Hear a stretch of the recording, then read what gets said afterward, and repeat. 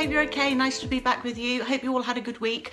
Can I just say quickly before I start talking, a big thank you to everybody who has sent me messages and comments about the videos that I'm doing. I really appreciate that. Thank you very much for taking the time.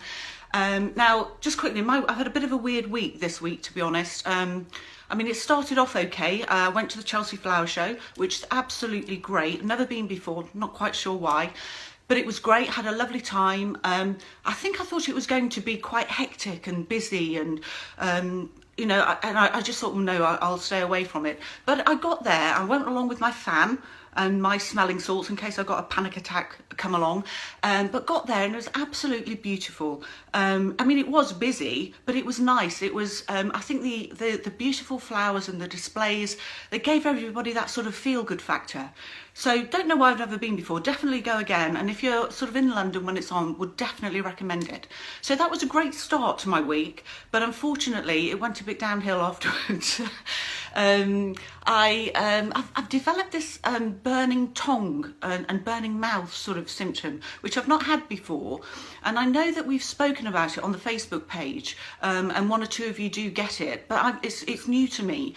So, and I know that as estrogen declines, we don't produce so much saliva, so I'm guessing it's all part and parcel of that.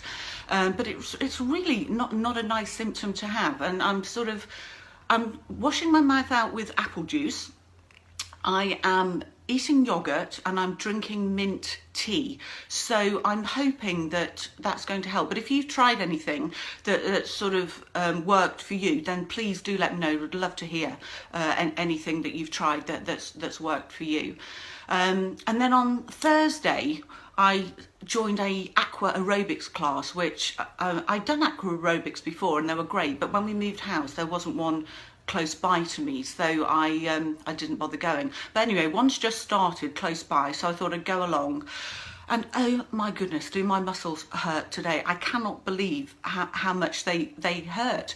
I mean, I do exercise quite regularly. I would try and walk most days and sort of do some weightlifting and things, but obviously I'm not as fit as I thought I was. So, but I'm going to keep going. I think it's good. I enjoyed it, and I do get a bit of trouble with my my knee joints. So if I'm sort of walking or attempting to run, they do give me a bit of jip sometimes. So doing it in the water was great. The buoyancy of the water took the pressure off my joints. And then of course, if you have a hot flush, it doesn't matter if you're in the water. So I will go back, I will persevere, but I am going to jump in a bath after I've finished talking to you guys and with my magnesium flakes and just have a nice relaxing bath. And then just to finish the week off, yesterday, I was going into town to do some shopping and my husband said to me, oh, can I come along with you? And I said, well, yeah, okay, that's fine. So I said, I'll go and get the car out of the garage and then you lock up and we'll go into town. So I went into the garage, got the car, and then promptly drove off into town without him. Completely forgot that he was coming with me. And the thing is, I didn't even realise until I was in town and he called me and he sort of said, hello, have you forgotten something? But what can I say? I'm a menopausal woman and, you know what it's like. So there you go. But anyway, what we're talking about today, after my disastrous week, is sleep, or rather lack of it. And I know it affects many of us. It's right up there with our hot flushes and night sweats. It's very popular every time we do a post on the Facebook page about it. And I think what annoys me most is when when I'm sort of looking at websites or I'm reading books or articles about menopause and the symptoms, and then they have this nice list of things that you can do to minimize your symptoms. And the list is make sure you get enough sleep. And I'm thinking, yes, I want to sleep, but how? Tell me how. I know I need to sleep. So that really does annoy me. But I mean, the thing is, what's happening here is our estrogen declines. It actually affects our uptake of magnesium. Now, magnesium is a very good mineral for helping to relax our muscles. And most menopausal women are actually deficient in magnesium without even knowing it. So, and coupled with that, our progesterone levels are falling.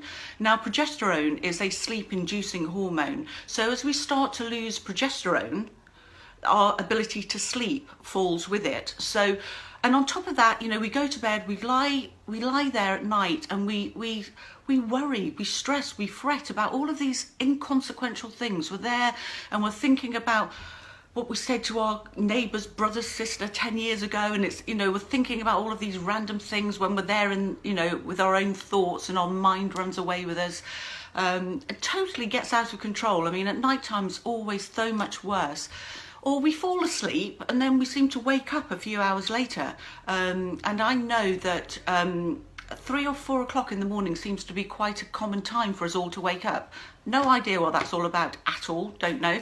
But then we might go to sleep, but we're constantly disturbed. So we've got to go to the bathroom, night sweats are sort of keeping us awake, we've got restless legs or something like that, constantly disturbed.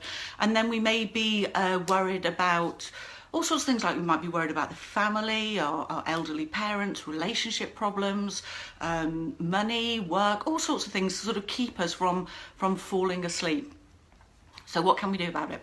I mean, there's lots of things there. If you're on HRT, I think obviously that's going to solve a lot of your menopause symptoms, and you probably won't be bothered too much about sleep and various things. But if you're going down the natural route, then what can we do? I mean, there are different things that you can try. I've got a few things here that I've got together. One of the things that I use is, which you might be familiar with, is maca root. Now it's a great starting point, because maca actually adapts naturally to your body's needs. So it will adjust your hormone balance naturally without adding anything to it. And it's just like a powder. I don't know whether you can actually see that there. It's sort of quite a fine powder. This you can get in most health food stores, or I think even some supermarkets you might be able to get it now as well. But you can actually use this, sprinkle it, well, mix it in most foods basically, or you can sprinkle it on your cereal. You can mix it into smoothies or add it to your yogurts. So just give it a go and just see, you know, as a starting point. And it's great for other menopause symptoms as well. So, and what I tend to find is I can use it for maybe, I don't know, maybe 6 weeks or something like that, and then I need to stop just for a little while to give my body a chance to sort of readjust, I suppose, and then I start again, and it seems to kick in. So, you know, that's one thing. The other thing is progesterone cream. Now this is a cream that I picked up when I was in Spain, because we've spent quite a lot of time over there, and this is a progesterone cream which might just boost your levels of progesterone as and when you need it. I mean, it is that sleep inducing hormone, so as our levels do fall, then we might lose that ability to sleep, like we mentioned earlier. Now I think in the UK progesterone cream is available on prescription or from private doctors. It's widely available on the internet, but I'm not quite sure what the certified levels are in these creams that you buy over the internet. I would say that sorry, I lost connection there. I hope you're back with me. Hi. Anything to do with the hormones or altering your hormones, talk to your doctor about. You can get it on the NHS, but you do need to speak to your doctor about it. And again, that you could maybe just use that as and when you find that you need it. So think about that, or have a chat with your doctor about it, because it might be useful just as and when you need it. Magnesium is something else that you can look at taking. We mentioned before how our body finds it hard, without the influence of estrogen, how our body finds it hard to use magnesium efficiently. So you can take supplements, magnesium supplements. Obviously try and get it from your food. I mean, dark green leafy veg and chocolate is all rich in magnesium. But you know, if you're not getting enough from your diet, then taking a supplement can make a huge difference. Or you can use sprays, magnesium sprays, or body creams or products. If you're taking it as a supplement, it can have a slight laxative effect. So if you're sensitive to that type of thing, then you might want to think about applying it topically. Now, what I've been using just recently are these two products here. It's a magnesium oil, and it's from a company called Better You. So you should check them out. They do lots of products with magnesium in. These ones, This one is for nighttime, which I use. It's 100% natural, and it's also infused with lots of lovely essential oils as well as magnesium. It's got things like lavender, I think it's lavender oil, or clary sage, bergamot, and it's so sort of relaxing. So you're actually spraying it all over your skin, I think it's about 15 or 20 squirts, just sort of all over. So don't put it in one place. You don't want to build up in one place. And this is absorbed into the bloodstream almost immediately. So you're going to be getting that, the benefit of it pretty much straight away. Bypasses the digestive system. So you're actually going to be using it straight away. And I found that that helps quite a lot. So check them out. It's betteryou.com, and they do lots of different things. I'm going to be using their bath flakes, their magnesium flakes, to a cup in the bath water in a minute when I've finished talking to you, because I think that's going to really help relax my muscles as well. But it is a great way to get magnesium into your body. You might find when you first start using it that it's quite tingly on the skin, but that soon passes, and if anything that actually shows that you're probably magnesium deficient. But once your body gets used to it, that will pass. And just by the by, it's quite good for restless legs. If you're suffering from restless legs, just spray it on before you go to bed at night, and it really does help calm. I had restless legs a few years ago, and it drove me absolutely bonkers, and that does help sort of bring that relief to that constant wanting to move your legs all of the while. Then you can use things like dried hops and lavender on your bedside. If you're using that, I mean, on its own it probably won't be that effective, but if you're integrate it into your routine, into your nighttime sleep routine, it's just one extra little thing that can help you sort of rest and relax. And hops and lavender really do have that sort of sedative effect. So just keep a little bowl of it, dried hops and lavender, by your bedside. And then also this sleep spray, you've probably seen this. This is one that I just picked up from Boots, and this is again natural, and it's got lavender oil in it, and this is great just to spray on your pillow. It's a pillow spray, but I also spray it on my nightshirt or my pillow as well. Or even treat yourself to a new pillow. You know, actually buying a new pillow could just make a huge difference.